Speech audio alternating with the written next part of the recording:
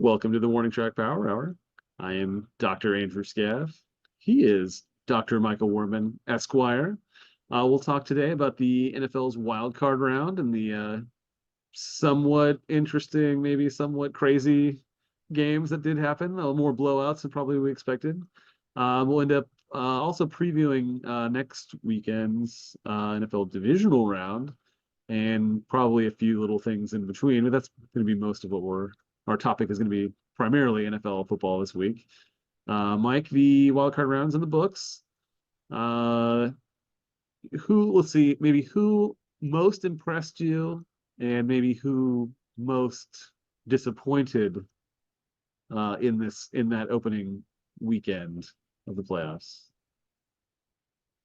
I guess I was impressed by most of at least a lot of the blowout victories. I think there were 6 games, only one was close. And Yeah. that was the Rams Lions game, which came down to the end. And I think and I'm a little surprised the Lions won. I think the Rams were the better team in that game, and I think the Rams are a better team than the Lions are, but at least at this point in the season. But I guess I was more impressed maybe with the teams I was impressed with kind of went along with the teams that I was disappointed in. So I was somewhat impressed with the way Houston handled business against Cleveland, but Cleveland, Joe Flacco had a bad Joe Flacco game, which was the reason why nobody was signing Joe Flacco for so long is because he maybe seemed like he was washed up and he threw a bunch of interceptions, and that's what happened in this game, and Houston did not. And they did well in their playoff. And they were like really hurt too. They were like back. It was like back-to-back pick sixes. Pick sixes. Yeah, those are not. I thought looked awful, and the Packers on the reverse looked very, very good in that game. It ended up being 48-32, but I don't think the game was anywhere near that close. Yeah, it started out, it was like 27-9. It was a 3 or 4 touchdown. And also bad looked the whole NFC East, I guess, that was in the playoffs looked bad because I think Philadelphia also looked really terrible, and Tampa Bay looked competent. So I'm impressed by the way the Chiefs played as well. So it was like it seems the teams that I was impressed with had a team that didn't do very well, and I'm not sure if directly opposite them, right? Yeah, so I don't know if those were, if the team that did well caused the other team to do poorly, or if the team that did poorly just made the other team look really good. And I think the Chiefs game, it was the weather was somewhat of a factor, but I think the Chiefs are just at this point a much better team than the Dolphins are. Partly in the playoff team. Season's playoff team, I think, is probably a lot to do with it anyway, right? Yeah, they know how to play in the playoffs. The Dolphins, if you remember last year, they had a pretty decent game against Buffalo in the wild card round when they had when Tua was out. It was their third string quarterback. Tristan Thompson, was it not Tristan Thompson? Skylar Thompson. Yeah. Tristan Thompson's a basketball player. Yeah. But Skylar Thompson. He held his own anyway, right? Yeah. Yeah. And they even though they had a lot of mistakes, Buffalo didn't do that well. I didn't think actually Buffalo didn't play that well either against Pittsburgh. So maybe that bodes well for the Chiefs. The Pittsburgh team was really outmanned, I think, in that game, and they still hung around at least a lot of that. So I'm cautiously optimistic for the Chiefs' chances this weekend. I don't know. Do you think, did any teams impress you, or was it more teams that disappointed you that you remember from the weekend? I mean, I'd like to say that I was impressed by Green Bay, but their receivers were so open that it was like hard to see how anybody wouldn't have been able to make some of those passes. Yeah. So like I mean, they won handily and played well, but I don't think it really.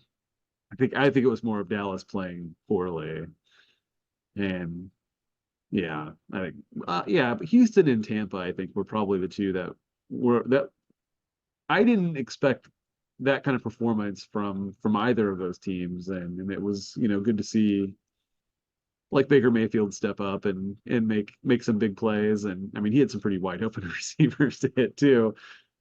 Uh, yeah, I'm just still shocked at how often we see in other games receivers be wide open, and like it seems a little surprising that doesn't seem to happen in any of the Chiefs games. Or if they are that wide open, they don't catch the ball anyway because they're it's Paul Hardman who can't see find where the ball is or just gives up on a play, Yeah, or yes just drops it.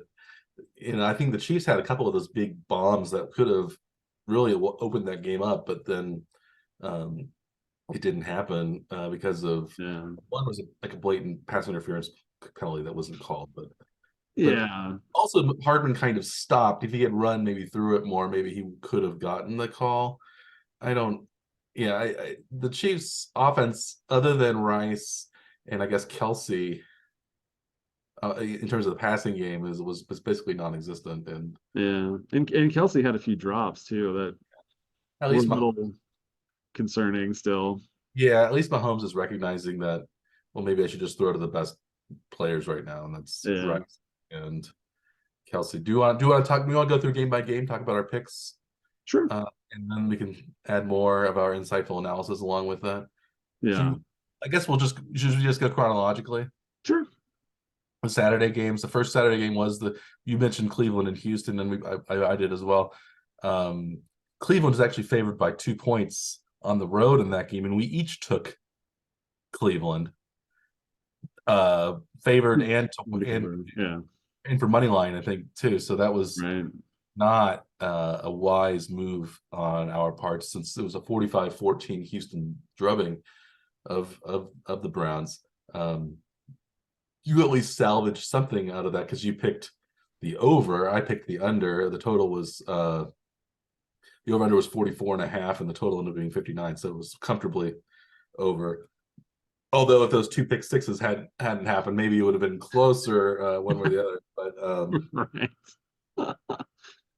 But still, Yeah. so you won that one. Well, yeah. What do you think of Houston? What do you think of CJ Stroud had a pretty good game, but was this more of a Cleveland self-destruction, or was this a Houston victory, do you think? Yeah, I wonder how much the like Cleveland taking the last game off affected. Maybe they created some rust they didn't need and then just came out a little bit flat. And yeah, Houston just Yeah, seemed Houston had to win more that last prepared. win the division against the Colts, and they Yeah. But Stroud really seems to be further ahead in his development than probably anybody really expected after one season with a franchise that has, got the number one pick just last season. So well, it's Warren pretty Sharp Power young. Hour, we always said that we thought Stroud was the safest pick, at least early on in his career. We thought Stroud would probably be the most successful.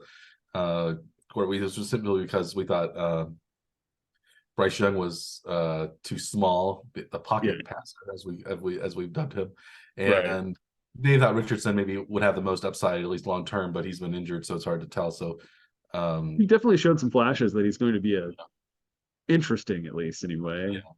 Lamar Now it's maybe just a matter Lamar, of can he stay healthy and Lamar Jackson type, having the same limitations that Jackson does is health. Because if you throw yourself out there in the way that those two do when they run the ball and in some ways run first, pass second, you really open up yourself to a lot of injuries, and that's something that Richardson will have to try to navigate. But back to Stroud. Yeah, Stroud had a good game, solid game. The receivers on the Texans are have been pretty good, and and the defense has been solid. So it's been a pretty strong team. I don't know. I don't think they can get. I don't think they're going to get by Baltimore in the divisional, but you never know. right. And should they, it's possible that the AFC Championship game could be played in Kansas City still. That would be the ideal. I would like to see that. I think too much wishful thinking on our Right. part, especially as we'll talk about the spreads. It's nearly a double-digit spread for Baltimore over Houston. I think rightfully so in Baltimore, and Baltimore's been the best AFC team this year by it seems like a comfortable margin, although they haven't played. And did Baltimore play Houston? Ooh, I don't know, but I can They find out.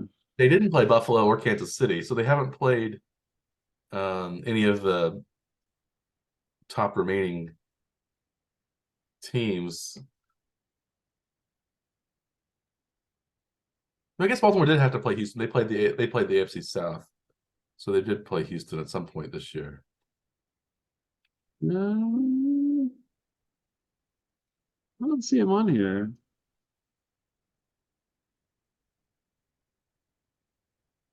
Oh No. wait, Oh, no, yeah, yeah. It was the first. It must have been the first game of the regular season. hmm. And that was Stroud would have been Stroud's first game. Right. Yeah, it was the very first game of the year. Baltimore won 25-9. 25-9. Yeah. So no wonder I don't remember it. I Yeah. remember I remember them losing to Indianapolis at home, and I was surprised about that. And um so yeah, I don't I think it has a chance to be closer than 25-9, but I'm not sure about yeah, I think maybe the Cinderella story comes to an end in Baltimore. Although we also have the problem of because we're jumping ahead of ourselves, Baltimore's playoff history and Lamar Jackson's playoff history, which is not very good. The Yeah. and not to be a good playoff team. At least they've squandered some high seeds in recent years, and that could possibly happen again. They haven't played a meaningful game in 3 weeks. So Yeah. And then yeah, then with a bye in there too. So even like their backups are perhaps getting rusty too, right? So Lamar Jackson's taking 2 weeks off because they didn't really have anything to play for the last week of the regular season. no, they yeah, when they played against Pittsburgh, and that's how Pittsburgh kind of sneaked into the playoffs basically by playing a Ravens team that didn't have anything to play for. Yeah. But um back to the Cleveland uh Houston game. Any other observations, or do we want to move on to Kansas City, Miami? I think yeah, Chiefs Dolphins. Yeah. Yeah, Chiefs Dolphins. So you didn't go to the game, did you? I did not. No. You did not sit outside in -5 degree weather. Um, did you see the Those highlight? those game conditions are better for viewing on the couch, I believe. So Yeah, yeah. you did you think that there would be a shattered helmet in the game? Was that a No, I expected the frozen beers and that kind of thing. The icicles on the face sort of thing. yeah, You going sort of outside, expect, but well, being mustachioed gents ourselves, when we know when it gets that cold, you basically your mustache freezes instantly when your breath just goes down onto your mustache and it just yep. freezes. And so it wasn't surprising that we saw that from Andy Reid uh, in the game. But did you ever read the Greg Easterbrook Tuesday morning quarterback columns Hmm. on No, ESPN.com like years only randomly. ago? And I think they were on NFL.com. They were New York Times, I think, had it for a little while too. He kind of bounced around from place to place. But one of his kind of axioms was that in a cold weather game, the team with the coach that was less bundled up always won the game. And Really? and if you watch the game, Andy Reid was less bundled up than Mike McDaniel. Yeah. Therefore, the Chiefs He were was like, wearing like most of the face mask and but then still looked like he was uncomfortable, possibly frostbitten even maybe during the he game. likes to wear those kind of capri pants. He's from Denver area, so he should be used to cold weather. Yeah. But he's been living in sunny Florida. He was in San Francisco before that, so um, it's milder weather. Although, as I think Mark Twain once said, the coldest winter I ever spent was that summer in San Francisco, when the weather sometimes gets cold in odd times of year. I think in San Francisco, I think actually the warmest time of year is like October-ish. uh Yeah. often. But yeah, anyway, Reed was just wearing a baseball cap. He didn't even have like a winter hat on, and Yeah. he had a coat and stuff, but he was less bundled. Therefore, the Chiefs uh, won, and they won fairly comfortably. They couldn't convert in the red zone again for like the third consecutive game where they had more field goals than touchdowns. Hmm. At least two more field goals than offensive touchdowns. They didn't, although Mahomes didn't play in the game against the Chargers, but Right.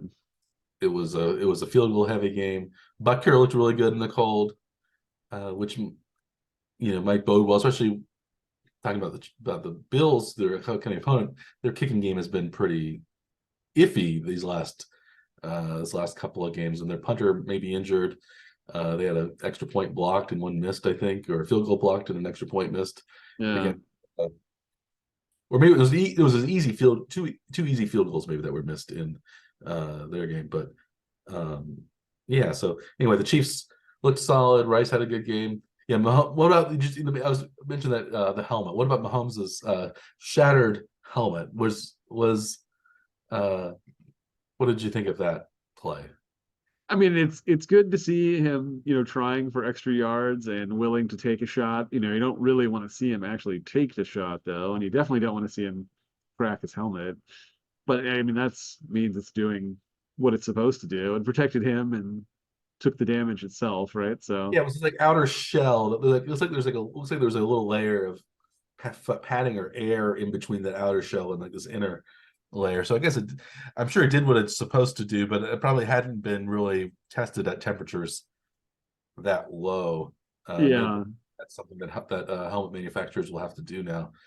I guess Uh, it led to a little bit of a weird scenario with the officiating because I think they just sort of let Mahomes change helmets without forcing yeah, a timeout or yeah. I guess making him check out of the game and come back in. And yeah, I think if you're Mahomes, you get the benefit of the doubt on that. And I think that's kind of dumb. If something weird and unprecedented happens, why make the team take a timeout or take a well, it because was this a clear equipment failure. It's not like, oh, something doesn't feel right inside my, that you yeah, can't see or something. I mean, it was obvious. It was, a piece of missing helmet, right? and he wasn't injured. It clearly it was just like some people think, oh, he should have been taken out for like concussion protocol or whatever. But like that wasn't really what happened. It Yeah. the It was helmet still equipment failure because the temperature was probably so low. yeah, it wasn't like a really big helmet to helmet hit even that caused it. It was just I think maybe just the angle and the way that the face mask kind of probably jammed in there and stuff. So Yeah. um And he but didn't get up slow or anything, so it didn't look like he didn't no, look like I don't think he noticed until it didn't. I don't know if anybody noticed until the announcers started saying something. It looked kind of funny there. I think someone had said that the officials may have noticed it before the players did, and so they actually like signaled to have the you know make the change of the helmet at least anyway. So it wasn't like they were like the Chiefs were like pleading to the refs to Yeah. you know Did you stop a see game. the shape of the crack? Did you see anything? There was a British tabloid thought that the shape of the crack looked like the Grim Reaper. There was like a little like black kind of shadowy figure, and then like a little like another crack, and then like a little maybe like where it had like a little scythe that it looked Yes. a little like maybe harkens back to the 13 was it I think it was a 13-second game against Buffalo last time when going gets grim be the Grim Reaper is what Andy Reid said about Right. Patrick Mahomes. And so maybe that was um somewhat poetic the way the helmet That is cracked pretty funny. of the Grim Reaper. But yeah, the Chiefs won 26-7. They were favored by how much? What was the Chiefs were favored by 4.5, so they comfortably covered. That was a game that we both each picked the Chiefs to win on the money line, so we each won those. And then again, we split on the over under. However, this time I won the under, so I picked the under in all of the games. So this was an under 26-7, only 33 total points, under 44.5. So this was my best game. I mean, I'm glad I had my best game with the Chiefs game. Right. I got all three of them correct. Should we move? You want to move on? Pittsburgh Buffalo. Sure. Pittsburgh Buffalo beat Pittsburgh on Sunday, or well, it was supposed to be on Sunday afternoon, but we it ended up moving to Monday, and that's kind of threw everything up. And maybe we can blame the over under because we each picked under 36 and a half because we thought it was going to be played in a snowstorm. Right. And it turned up being 31-17, so 48 were scored. So it went snow. I think that would have been a lot different. So maybe Yeah. at least some betting outlets refunded the over under money because the game was moved to different conditions. But here at the Warren Jet Power, I guess we're going to go with what it was. Well, we can do whatever. It doesn't matter. I mean, it doesn't really matter. If you We wanted could to add, refund it, but it doesn't really make a difference. I would have picked under whatever it was, and I think the newer over under was probably wasn't going to be 48.5 points. Yeah, I guess I didn't see what did they change it to? Yeah, what was the closing line? Looks like it was 39.5. So pretty close. So I mean, we would have missed it anyway. If it was So 39.5, we would have picked under as well. So yeah, yeah. So anyway, that ended up not. I think we just take it as a loss. We here at the Warren Jet Power Hour are very upright and moral in that regard. And we don't try to shirk our obligations to the proverbial bank of the United States. First proverbial day. First proverbial bank. But this was a game where you did much better than I did, since you actually the spread was 10 points and you predicted Buffalo to cover the spread. They won 31-17, so they won by 14. I thought Pittsburgh might hang around, and they did for a while, but Mason Rudolph is not a playoff caliber quarterback. Yeah. And we were expecting a lower scoring game, and that I don't know that it would have been that big of a spread in the final totals than if the total was lower, right? Yeah, I think if it had been a muckier, snowier game, I think Pittsburgh actually had a chance. If you can turn it into into a snowball fight rather than a football game, I think Pittsburgh would have had a shot because you can limit the passing game, limit some of the quarterback maybe outside runs. Maybe Pittsburgh would have had a chance, but alas, that was not to be. So Buffalo. We thought maybe that the game might get even muckier because Carl Cheffers was the head ref, I think, in that game too. So it was like it could have been just a total mess of penalties all over the place. Yeah. But maybe it was too cold and they didn't want to bother with that so much in the playoff. Yeah, so that early Sunday game became a Monday afternoon, Martin Luther King Day, first leg of a doubleheader. We'll get to the other Monday game at the end, but yeah, I thought we talked a little bit about this game. Buffalo was the better team, and they, Buffalo had several injuries though in that game, and which may not bode well in their upcoming matchup against the Chiefs. Do you think but their key player, Josh Allen, is still presumably healthy and ran all over the place in the last game? So yeah, it's the defense that they have to worry about, and I think against a traditionally powerful Chiefs offense, that would be a bigger deal. But maybe now, the Chiefs offense is not what it was, a couple of years ago. Even maybe Buffalo can hang in there, but and I guess it sounded like another snowstorm is approaching Buffalo, and it may keep them from being able to practice this week potentially.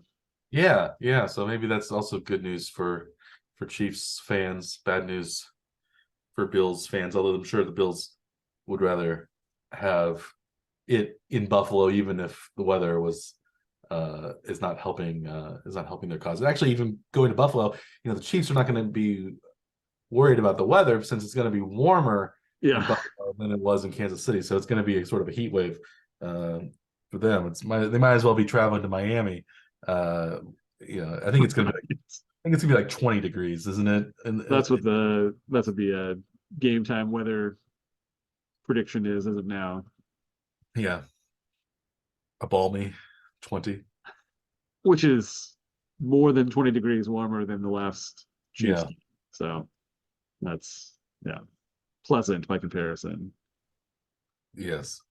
Well, speaking of pleasant weather, the game in Dallas had perfect conditions, uh, Being in a probably dome. being in a dome, and in those perfect conditions, though, 48-32, the Cowboys were favored by 7 points. I believe um, you picked the Cowboys to cover. Yeah. So that was your downfall. I picked the road Packers to cover, but I thought it was going to be a close game. We both picked the Cowboys, however, to win. So that was not a good pick. Oh, we didn't. Did we, I guess we didn't talk about the line. I guess we did talk about the lines for Pittsburgh Buffalo, didn't we? We We mentioned them, I guess, right? yeah, Yeah. we both picked Buffalo on the money line. I don't know if I mentioned the Maybe money we line, didn't actually say that part of it. Yeah. but Yeah, you had Pittsburgh keeping it close, but Buffalo ended up covering. yeah, I ended up yeah, getting that one. We both got the money line, and neither of us got the over. Yes. yeah. And for Green Bay Dallas, well, we both picked on the money line. We both thought Dallas was going to win. I thought Green Bay might keep it close, so I ended up winning on that. But we also both thought it was going to be a lower scoring game than what it was. 50.5 was the over under. We thought probably it was going to be a 24-21 type game, or 28-14 type game, maybe on your end. Uh, well under 50.5, but it went well over 80 points scored, so almost 30 points over. Jordan Love had a fantastic game. I think if he hadn't thrown a late incompletion, I think he would have had a perfect quarterback rating. Just missed it. Yeah.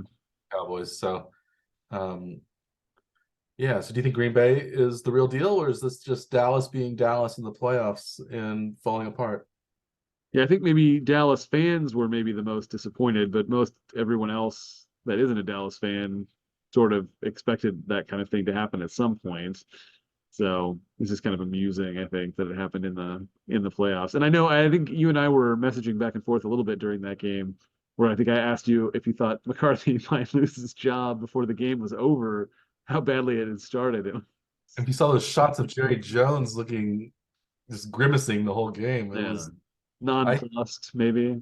yeah I was well yeah I was well, this part was McCarthy's an offensive guy, and it wasn't the offense's fault really, the green, but that this was a defense, and I think the thought was maybe that it was going to be Dan Quinn, the defensive coordinator, who was going to be getting interviews with teams and things like that, because the Dallas's defense had been their strong suit this year. Although really it was their offense that scored all these points at home and things like that. The defense was a little more. It was very flashy, but it was kind of hit and miss all season. Um, so this was obviously a miss. So I think some people thought, well, maybe if McCarthy went left, it was going to be Quinn going in as his replacement, and you certainly can't do that after this game with Green Bay scoring at will essentially. Um, But Belichick's free. Maybe like I think you had said before we started. Did Jerry Jones inquire about Bill Belichick, and Joe Belichick just maybe said no, and that's why we're keeping McCarthy around another year. yeah, I don't think Jerry Jones is one of those types that would fire a coach in the hopes of signing someone, but would have something more or less locked up before announcing the firing if he was going to do that. So it seems like he's always has something planned he doesn't do anything just and then wait to see what happens. That doesn't seem like his strategy ever.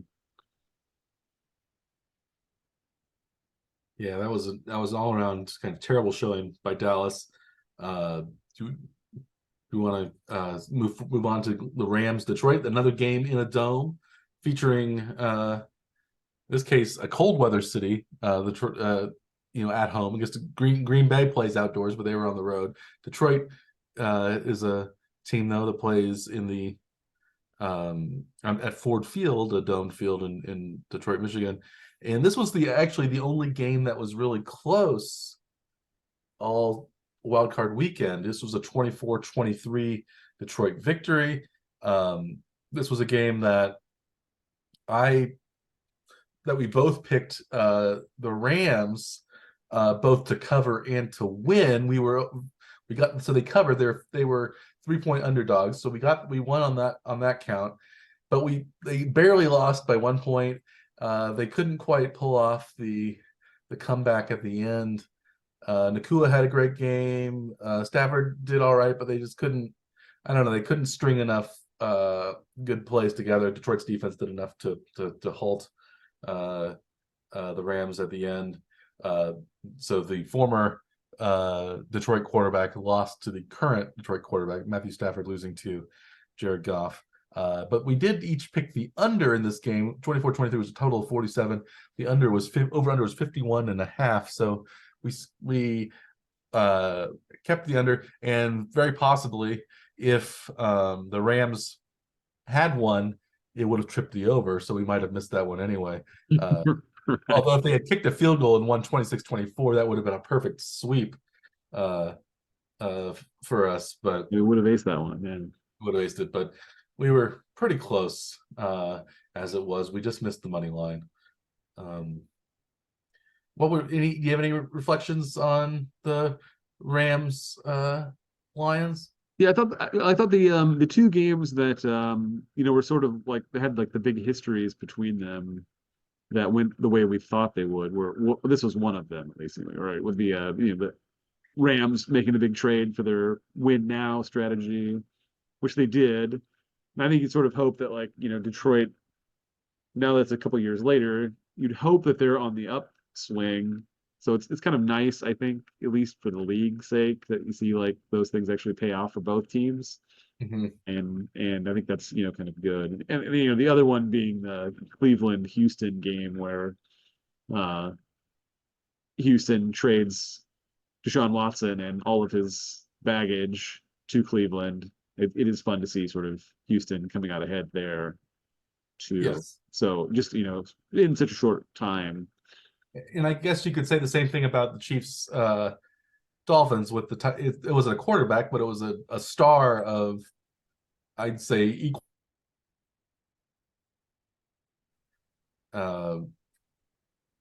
what Watson used to be, I guess. Maybe Hill's probably a bigger name than any of those guys, but Probably. although Stafford's a Super Bowl winning quarterback, and I guess he was in those Little Caesars commercials, but but yeah, Tyreek Hill. So in this case, the Dolphins got better, but the Chiefs, at least it seems like they didn't get any worse. At least overall, the defense, maybe the offense came down a little bit, but the defense has come up. To even that. So it seems like both teams were successful because of those trades as well. So yeah, I guess with Cleveland, the Browns were successful despite the Watson trade because Watson hasn't been very good. Although Watson, I think, was 5-1 in starts that he had, but he only he was healthy. But yeah, he has just only played a handful of games. And at least a couple of those games he was out like at the very beginning, and I think the team won, but like he didn't really play much. Those were backup quarterback victories. But yeah, the Rams couldn't quite get it done in Detroit. So the second most recent NFC Super Bowl team lost on the road, as did the most recent NFC Super Bowl team, competing team, not winning team in this case, but Eagles went on the road to Tampa Bay, which is I guess the third most recent NFC team to have reached the Super Bowl. Is that right? I think so. Yeah. Yeah. Very different than the teams that had done very well under Tom Brady, but they have Baker Mayfield under center now. But it seems like the Eagles were essentially the same team that almost won the Super Bowl last year. Very AJ nearly. Brown was hurt, but down the stretch they were that team, but they had lost 5 out of their last 6 games. Nick Sirianni maybe is even in jeopardy of losing his job, but they really laid an Maybe egg. not normally, but with so many huge name coaches being available, that Yeah, Philly and maybe lots of other teams are considering options just because it's not that often where that many big name coaches are available at one time. yeah, yeah. And Sirianni is kind of a dick, I think. It just his reactions like to like the opposing crowds and just he's Yeah, I don't like Sirianni very much, so I think I don't um I think he took some criticism because he didn't look like he really necessarily cared about during the game, even like wasn't getting upset when you'd expect him to get upset and that kind of thing. yeah. And I This guess was he was asked at one point, like, what's wrong with the team, and he had made a comment about how, if he knew, then he already would have fixed it, sort of thing, which makes it sound like he doesn't know what he's doing. Yeah, that isn't good either. But yeah, 32-9 victory by Tampa Bay over Philadelphia. Baker Mayfield had a solid game. This was a game where also we each got actually this was my second sweep of the weekend. In Since the we competition between you and I, it all came down to the over or the under. did And the because it was, I think if the over hit, you were going to win the week between us. If the under hit, then I was going to win the week between us. you mean the opposite way. The under hit and Oh, I the other won way, yes. Yeah. because I picked the under in all of them. The Yeah, over under was you 40, under, yes, that's the right. over under was 43 and a half and ended up being 41, 32-9 total. Yeah, we each had actually picked the Buccaneers were home underdogs by 3 points. We each picked Tampa Bay to both to cover and to win. Yeah. And I went with the this was the closest game for the over under too. I think 2.5 points. So it was a really tight one. Had Philadelphia or Tampa just kicked one field goal here or there, it would have And gone what the happened at the end of the game, Mike? other. Towards the end of that one, where Philly had an opportunity to kick a field goal, did kick the field goal, made it, and then there was a penalty. And then they Philly, yeah they Philly took wanted the points off the off board the instead, board. opting to go for it on 4th and 5 through like Yeah, a 20-yard pass to the end zone, which was incomplete. you So they never want to take actually the took points the off. over off the board, essentially. But that was that was their There yeah was another play, another touchdown happened after that by yeah Tampa to put it away. put it away. But yeah, usually don't want to take the points off the board, and that's an old adage that old NFL guys always say don't take points off the board if you have the points scored. Right. Go for it on fourth. It was like it wasn't an automatic first down. It was they had to go for it on fourth down. And it was 4th and 5. I think. Rather Uh, than 4th and 10 and field goal opportunity. Yeah. yeah. Usually So 4th and 5 is far enough out that they wouldn't consider going for it. But yeah, they did. they And did. but Tampa had, shown some resilience in the game. They actually stopped the brotherly shove at least once during the game, and that was kind of a big deal. Yeah, such a big deal. Maybe that Jason Kelsey now is calling it a career. The center for the uh, uh, the Philadelphia Eagles, who was in the middle of the brotherly shove. Did you Yeah. hear that? What Jason Kelsey supposedly yells during the brotherly shove? No, I haven't heard that. What is that? Uh, I think he yells something like "fuck my life," right? Isn't that what it was? Is that what it is? It was I hate. I think it was yes. Yeah, he yelled profane. He yelled a profane phrase during every brotherly shove. Yeah, it was "f my life." Is it always the same phrase, or is it I think he a yelled it during. That's what he said. He yelled it uh, during the play. which was confirmed by Jalen Hurts. He yells it because uh, He seems like quite the character. yeah, he's just as much as a character as his brother is. So um, we won't hear any of that anymore. Maybe and maybe the NFL will retire the brotherly shove, the tush push, also at the end of the season because it's just a stupid play and it shouldn't be involved in football. And Yeah. just have like 8 guys pushing somebody into the end zone rather than Yeah. actually running it yourself. So I think the reason it is so successful is how low they are, though. It doesn't seem like other teams had figured out that they have to try to get below them, but I don't know how you get below them because they start out basically as low as they can. Like the yeah. front line face masks are only a few inches And off the then ground as they come in.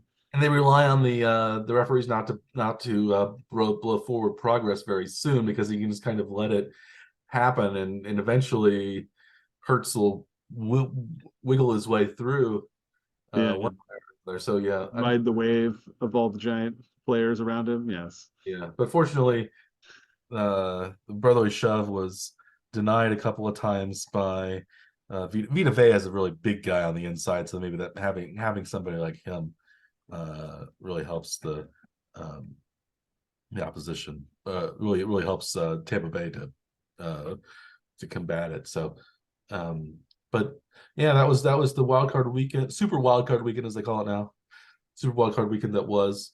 Any other comments for the weekend, or should we move on, Dr. Scav? So you ended up just slightly positive on our betting competition here, up Good. $34, $34. which is just shy of 2% gain. I ended up I, down 152, an 8% loss. so I bet $1,800 to win $34. So that Yeah. was a great return on my investment, especially since I could have lost a lot more money than I won. Yes. But fortunately, I will try to parlay my playoff success this week into the divisional round, and you will try to lick your wounds and come up uh, uh, stronger than ever in the divisional round as well. We don't really have a lot of non NFL news to cover. I guess maybe from Kansas City, we have a possibility of the Royals games being broadcast on Amazon or some sort of Amazon affiliated thing because Amazon has spent some money to prop up the failing Bally's sports networks.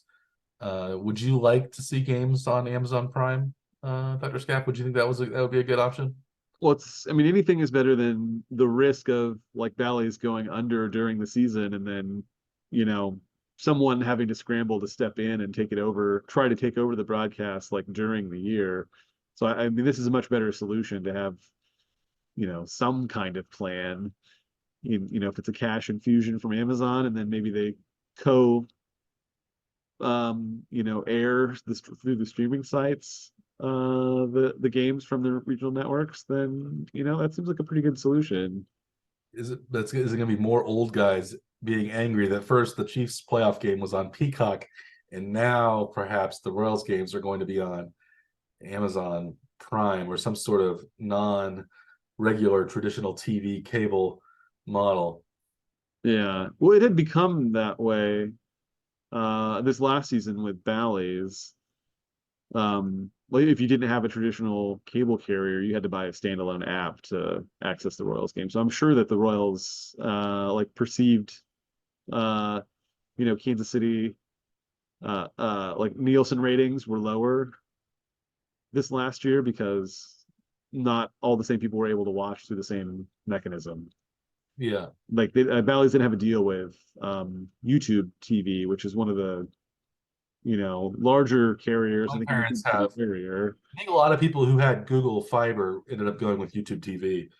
So I think that was actually what was recommended by Google as a replacement to their TV service. So, uh, yeah, so most of those people that did that had to seek out this alternate app to access it, but that wouldn't really participate in the Nielsen ratings, I don't think. YouTube is owned by Google, isn't it? Yes, So it's just another. makes It's still sense. Google, but yeah, they decided to go with YouTube TV rather than Google Fiber, more of a cable model. More of an Yeah, I think they were getting into too many disputes with their individual networks. like having to negotiate new contracts like constantly. Like each station has their own contract with the carrier. And so it's just like a year-round legal, like, Yeah. discussions and negotiations with each network. And then all the networks know what the other networks are doing. So it ends up being like this, yeah, spiraling out of control costs that always ends up getting passed off onto the customer, which nobody wants. No six pack. Yes. Yeah. Not great. Well, not great. But what is great is that we are going to have another weekend of exciting playoff football. And so how about let's go through the divisional round Sure. matchups, and we can talk about our bets upcoming. We'll do the same as we did last week, making bets on the over under, bets on the spread of each game, and also the money line bets as well. $100 on each, 100 false dollars, fraudulent, non-existent, not real dollars that will be sent to the one to Theoretical. well, theoretical dollars. I guess they're Yeah. not really fraudulent. Since I guess No. we haven't actually printed them out and have tried to use them as legal Pass tender them off as legal tender. No. at the first proverbial bank, but we will um we will do that this week, and then maybe for the championship games we can think of some prop bets or other bets to make as well, To make it more interesting. more interesting. And add some more dollars to it, because yes, the number of dollars that we're, or number of theoretical dollars that we're spending is, waning now as there become fewer games. Fewer games, fewer teams, and hopefully we'll have the Chiefs involved next time too. So it's more fun when we have prop bets based on our hometown team, maybe than Yeah. just some Who you random know other and like, teams, and yes. Yeah.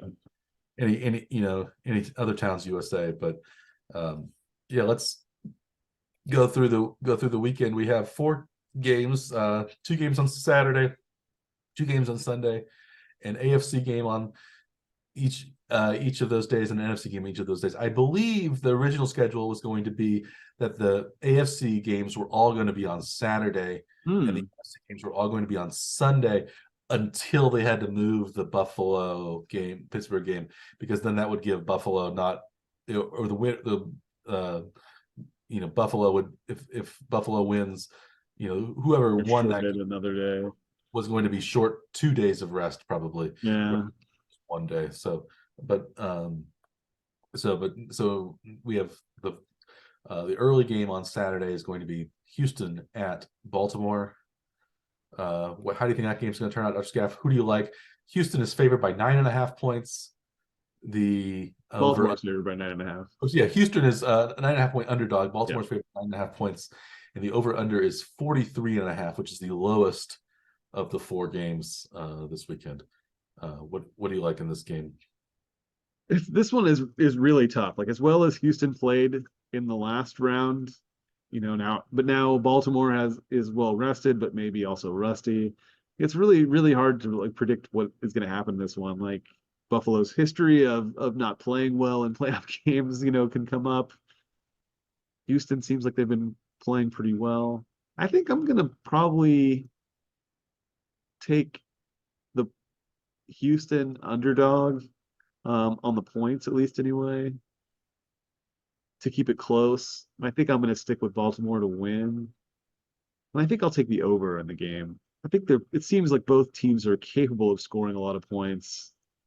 And that is the lowest of the over-unders for the week. So that seems like the most likely game to exceed the expectation for points. So I think that's how I'm going to go this week. How about your picks? I like that train of thought. I also Houston played very well. In Baltimore, I think might be a little rusty, but I think Baltimore's a better team. So I think Baltimore. I picked Baltimore to win the game, but I think maybe Houston will keep it within 9.5.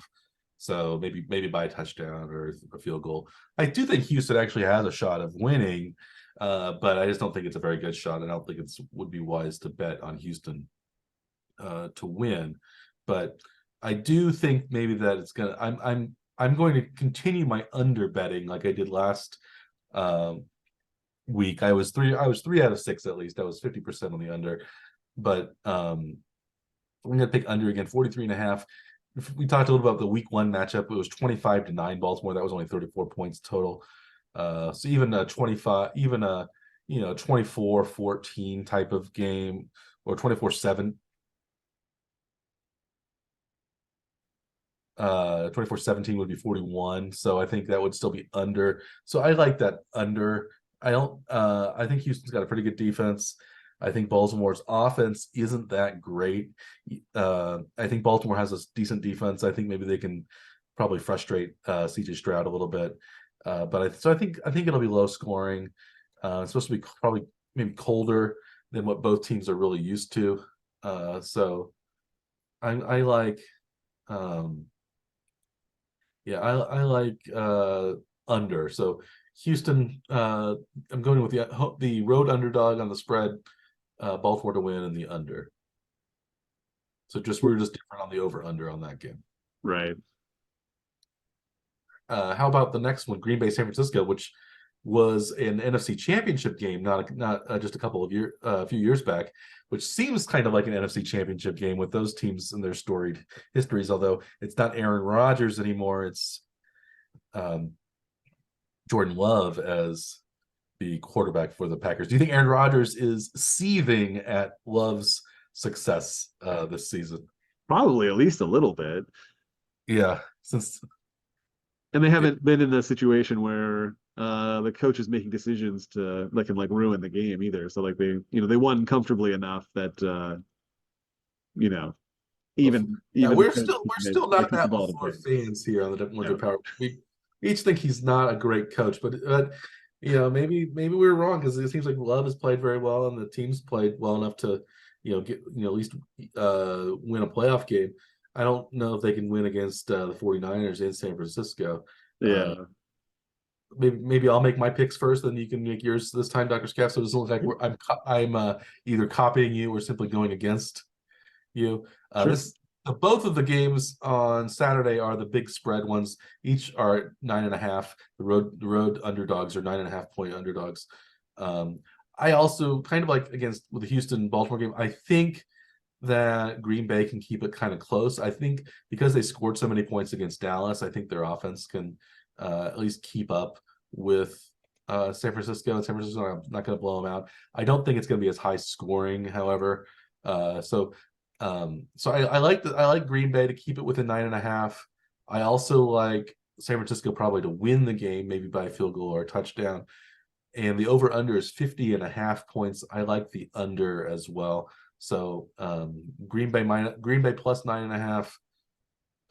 San Francisco to win, and so threading a rather large needle there, and then under 50.5 are my 3 bets for San Francisco, Green Bay. How about you, Dr. Scaff? So I like the concept of what you've decided, I think, in this one, but I don't know that Green Bay is going to be able to keep it quite that close. I can see San Francisco deciding that they don't want to keep it close and score an extra touchdown wherever they can, I guess, basically to make sure they put it away, I think, too. So I think I'm going to take San Francisco to cover the 9.5 point spread, which would also have them on the money line. The over under is tricky. San Francisco's defense has been so strong. They haven't been allowing many points. So even if the game turned into a blowout, it might be tough to get to that over under. So I kind of like following your under strategy on this particular game also. I think a 31-14 game or something like that would be under. It would be 45 rather, so something like, even if you think that it'd be a blowout, it's 50.5 is a high. There's enough room for a blowout, but staying under. Yeah. But I don't think it will be a blowout the other way. So that's what my expectation of it is. I think if Green Bay wins, it will probably end up being a shootout, and a little bit like what the Dallas game ended up looking like, probably a closer game than what the Dallas game actually was, but a score that might be closer to what the Dallas game was. So, but I don't see Green Bay winning. So I think Green Bay might score a little bit, but I think the 49ers will.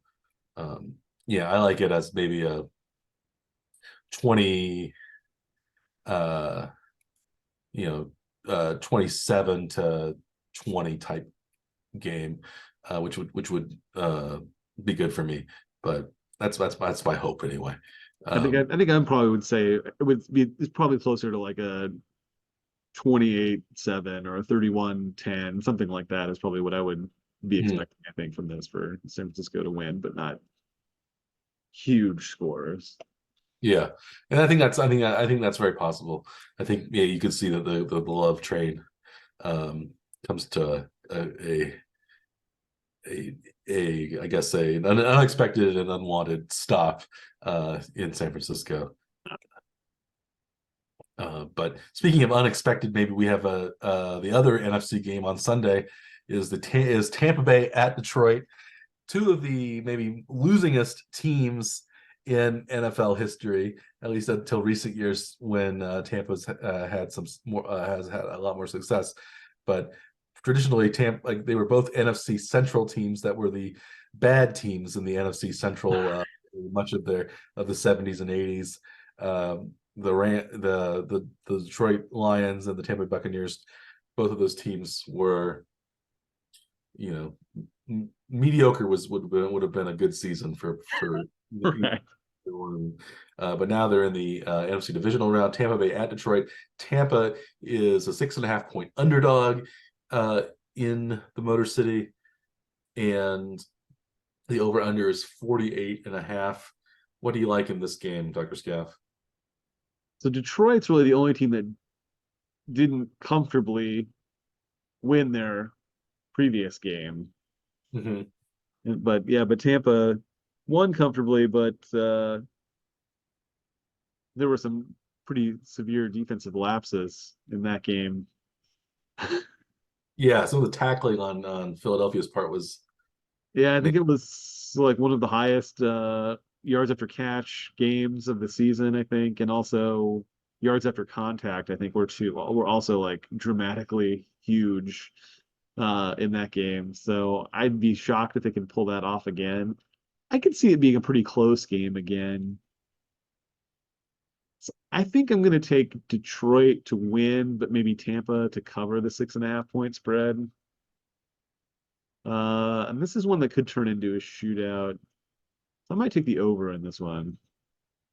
Okay. I like your logic for the game itself. I'm going to try to thread the needle as well. I think Detroit will win, but I think Tampa Bay will keep it close. So Tampa Bay plus 6.5. I like Detroit on the money line, and I'm almost tempted to take Tampa Bay to win outright, but Mhm. I That's what think I was debating on that one too. I think at home though Detroit um, is probably feeling somewhat magical. And I don't know how well the Baker Mayfield show will travel on the road, and I think Detroit's defense will put up much more of a fight than the Eagles' defense did. And so I think Detroit's defense will play pretty well. I think it'll be a fairly low scoring game. I did toy with the idea of a shootout, but I think it might be a game that could have a similar score or an identical score to the game last week, 24-23. Which would be So just a hair under. under like it was I believe last time. So I like 20, I like maybe 23-20 or something like that would be the final score for me. So I like it a little bit under. Or I think yeah, so I like Tampa Bay to keep it close plus 6.5, but I'm gonna say under 48.5 on uh on the total. And that brings us to our probably most anticipated game for us, at least anyway, of the week. And maybe nationally too, because this is Josh Allen against Patrick Mahomes again in the playoffs. Number Uh, three, right? Three, The trilogy. and they've been playing the regular season a lot. So these are two Yeah. teams that are very familiar with one another. And traditionally, I think two of the top AFC teams over the past 4 or 5 seasons. This is a big exciting game. This is the primetime matchup on Sunday night for CBS. We have Josh Allen and the Buffalo Bills against Patrick Mahomes and Kansas City Chiefs, but This not time in City this India. time. in Buffalo, in Orchard Park, New York, where there may or may not be 2 more feet of snow on the ground between now and then. But it seems like the game day, it should be okay. Yeah, I guess since you went first last time, I'll go with my predictions for Buffalo, Kansas City. I like so Buffalo is a 2.5 point home favorite, which essentially means it's kind of the Las Vegas sees this game basically as a kind of pick 'em game, because usually you get 2.5 to 3 points for just being at home. So the teams are very evenly matched. I actually like the Chiefs to win this game. So I will also pick the Chiefs to cover the spread, since I think they can win. I think Mahomes on the road. The Chiefs have actually been better on the road this year than they have been at home, and the Chiefs should have beaten Buffalo earlier, but there was the Kadarius Toney offsides penalty on the touchdown, on the what should have been the winning touchdown lateral pass from Travis Kelce to Kadarius. But I think the Chiefs are going to win. I like the way the Chiefs played better than I like the way Buffalo played in their wild card matchup. I also think the Chiefs are healthier than the Bills are, which is a big reason why I think they can take advantage of the defense. And I think maybe the Chiefs can contain Josh Allen. So I'm going to go with the under. I'm going to go straight under again, like I did last week. So 45.5 is the total. So I'm going to go under 45.5. I think this might be a game that's something like 24-13 or something like that. Something that can be under. I think it's going to be a low scoring game, but the Chiefs are going to maybe score about as many points as they scored against Miami. So I like the under in this game, under 25.5. I wouldn't mind under 45.5. I wouldn't mind seeing a big shootout, but I'm gonna go under, since I've been under all the way through. I'm not gonna Your go. trend has continued now. Okay. That's 10 for 10, I think, in playoff games. You've taken the under. I have, Yeah. yeah. Yeah. As I feel like, well, if I go the opposite way and one, I'm going to miss that game. So I guess I just want to be. I'm just going to be consistent. You don't want to, yeah, change it up and then have it land on what you were Yeah, doing. I don't want to zig when the zag, if I or when I normally should zag, or just going straight rather than trying to get cute on one. I'd rather just miss it with my system rather than go away from my system and miss it that way. Yeah, my strategy has been with Chiefs typically is to just take the Chiefs and the over. But their defense has been so strong that the overs have been much more infrequent in Kansas City games. So when they met the last time back in week 14, the final score was 2017, uh, which would be under in this game. The over Even if under the in Chiefs had that game was scored, 48 and a half. even if the Chiefs had scored that touchdown, it would have been 24-20, and then Right. still it would be 44 total. Still under what the over under total was for that game and what the over under total is for this Yes. game. I don't see it as a shootout though, so I think I'm going to end up just essentially copying your bet this time. Even though I it pains me to do that because I like there to be more variation in our picks, but I think that's how I see it this time also. But I can see that. You certainly want to mirror my brilliant strategy. So you're going with the Chiefs money line, Chiefs to cover the spread 2.5, and also the under, just like I am. I hope, since last time I was perfect on the Chiefs, maybe this. I hope this time we can also be perfect on the Chiefs. The worst, I guess, would be that the Chiefs get blown out in Buffalo and it hits the over. But man, let's hope that the weather is bad enough and maybe Allen makes enough mistakes that the Chiefs defense can keep them from scoring a lot of points. So yeah. that's what we want to look forward to. I guess other some of our other viewers may want different results.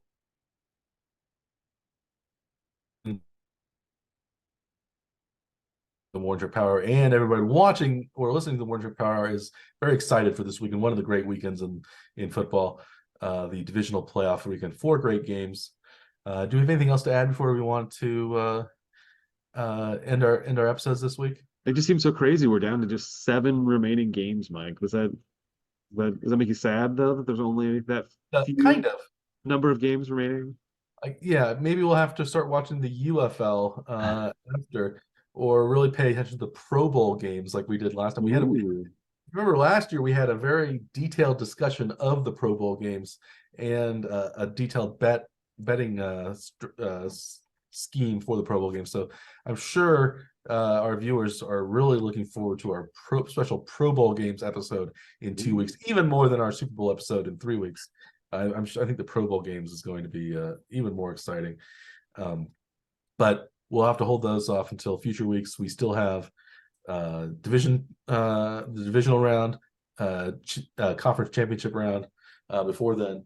But we will get to those games when we come to them. So, as always, I am Dr. Michael Werman, Esquire.